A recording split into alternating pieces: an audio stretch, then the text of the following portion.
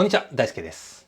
なかなか雨止まないですよね。皆さん、お家の方、大丈夫でしょうか？特にですね、九州地方の方々、心配ですよね。皆さんと皆さんのね、ご家族が無事であることを願っております。今日はね、雨の話ではないんですけども、こちらもね、だいぶやばい状況なんですよ、これは。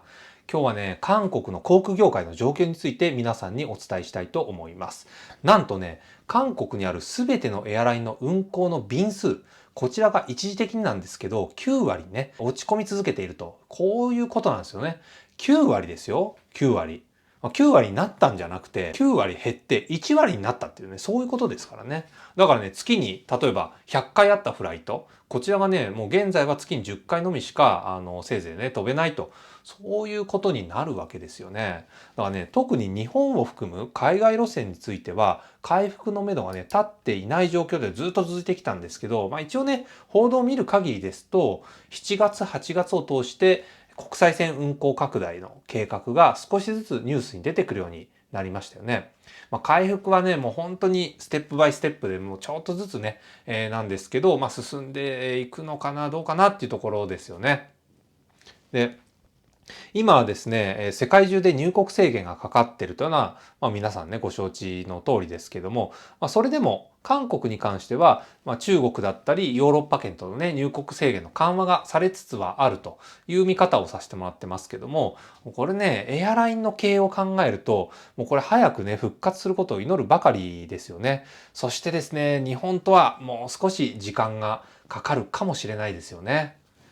エアライン側のね、立場からすると、おそらくこういうことなんだと思うわけですよ。こう、期待はあれど飛ばす先がないと。ね、そういう状況に陥ってると見ていいんじゃないでしょうかね。韓国にあるエアラインっていうのはね、全体的に供給過多なんじゃないかってね、そんな風に言われる節がね、あったんじゃないかと思いますよ。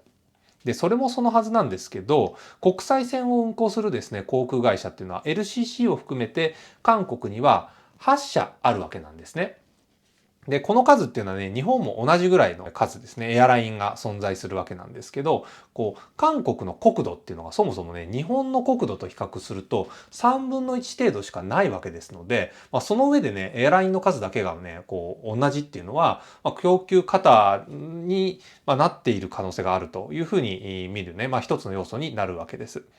それでは、韓国籍のエアラインのそれぞれが具体的にね、どういった状況なのかっていうのを皆さんと一緒にチェックをしていきたいと思います。まずは大手の2社ですね。大韓航空とアシアナ航空ということなんですけど、両社ともに現在ですね、便数っていうのがだいぶ減ってるということ。4月の中旬時点の数字ですけど、9割減という数字ですよね。だから収益が悪くなりかけてる、そういった状況がずっと続いてるんですけど、実はですね、その反面で貨物のオーダーが増えているというような報道も見受けられるわけなんですね。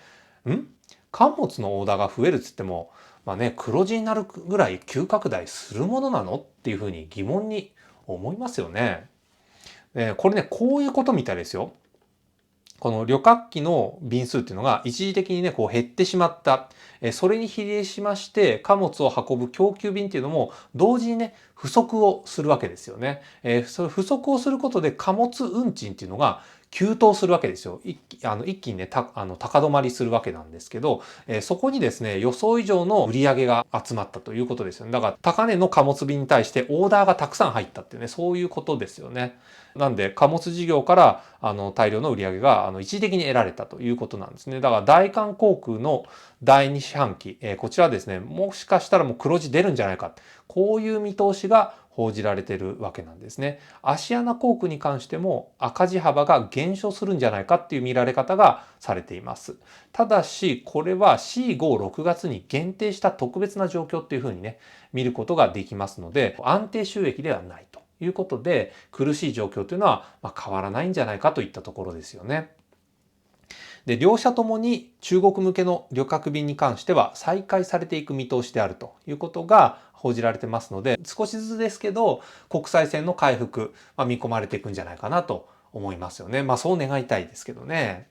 うん。で、韓国のエアラインっていうのは、大韓航空とアシアナ航空以外にもですね、ありまして、それらはね、もうすべて LCC に位置づけられるわけなんですね。これらの航空会社があります。チェジュ航空、ジンエア、テイウェイ、エアプサン、イースター、エアソールとね、これらあるわけなんですが、いずれも9割以上が減便されていて、従業員の多くが休業状態にあるというのは、もう皆さんね、同様の状況ということのようなんですね。で、この中でもですね、特に危機的状況に置かれているっていうのが、イースター航空なんですよ。このね、4月の中旬時点での減便率、これがね、1社だけ100%だったということで、もう完全に営業がストップしている状態っていうのが、おそらくですね、今もなお続いているんじゃないかと思いますよ。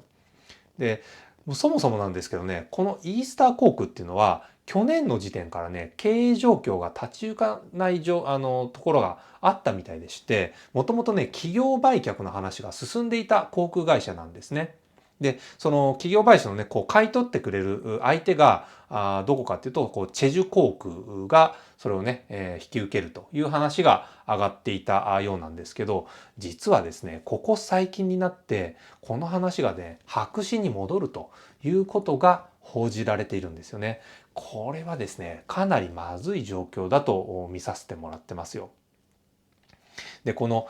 買収が白紙になった要因の一つに、どうやらね、これ読み進めていくとですね、労働組合によるこの決意大会みたいなね、こんなものが開かれてるってことが影響してるんじゃないかなっていうふうに見させてもらってます。これは要するには、賃金未払い、こちらをね、解決せよというふうな運動、デモ運動がですね、繰り広げられているということなんですよね。だから戦々恐々としてますよね。多分ね、こういうことなんだと思います。去年、まだパンデミックが騒がれる前から、イースター航空とね、経営状況困っているイースター航空と、チェジュ航空ね、救ってあげようと考えてチェジュ航空といた時に、もし仮にね、僕が、イースター航空だったとしましょう。ね、イースター航空はこういうわけですよ。なかなか経営がうまく立ち行かなくて、なんとかならないでしょうか、兄貴。助けてくれ、兄貴。チェジュ航空はね、こう回答するわけですよ。お、なんだお前。アリがね、全部使っちまったんかしょうがねえな。でもこれからの世界な、海外渡航、これは多くなる一方だからな。よし、俺のところでお前のところの連中一式、引き受けてやるか。兄貴、ありがとうございます。さすが兄貴っす。ついてきます。ね。もうそうするとですよ、どこからともなく足音が聞こえてくるわけですよ。ザッ、ザッ、ザッとね。そう、ウイルスパンデミックが起きるわけなんですね。で、もともと財源が厳しいイースター航空じゃないですか。だからね、半ば強引に社員の給料を大幅にですね、カットしてしまって、ここからですね、内輪もめが始まるわけなんですよね。で、そうなってくると黙っていられないのがチェジュ航空なんですよ。ね、チェジュ航空がこういうわけですよ。おお、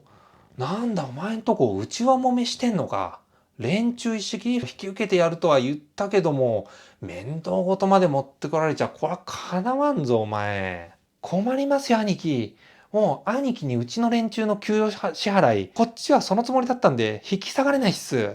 これはまずい状況だぞ。当初計画とは程遠い状況だ。考え直さざるを得ん。結局ですね、こんな状況に陥ると、チェジュ航空としてはね、イースターの株式を取得して経営権手に入れたところで、内輪もめと負債だけがですね、のしかかってくるわけですよ。そして国際線復活の目処が立たない世界じゃないですか。この経営難を背負って乗り越えていくっていうことは、もうリスク以外のね、何者でもないですよね。そう見ざるを得ないという状況なんじゃないかと思いますよね。ということで、本日のね、ご報告はこんなところなんですけども、我々のですね、とはいえですよ、我々の海外旅行っていうのはとっても便利にしてくれる存在っていうのが LCC ですよね。だからね、なかなか厳しい状況が続いていることが、少しでもね、皆さんにお伝えできれば、嬉しいなと思います。で、この話っていうのは何もね、韓国だけで起きてることではないと思うわけなんですよ。世界に目を向けると、すでにね、他の国から航空会社の叫びっていうのは聞こえてきますよね。例えばね、5月のタイ国際航空、これに続いて6月にはね、タイとシンガポール合弁の LCC のね、ノックスクートエアラインズも経営破綻してますよね。だからね、韓国の場合もこのままだとね、同じ道をたどることになるんじゃないか。これ心配ですよね。で、こちらの状況っていうのも引き続き皆さんと一緒に見守っていけたらと思っております。それでは本日もご視聴いただきましてありがとうございました。さよなら。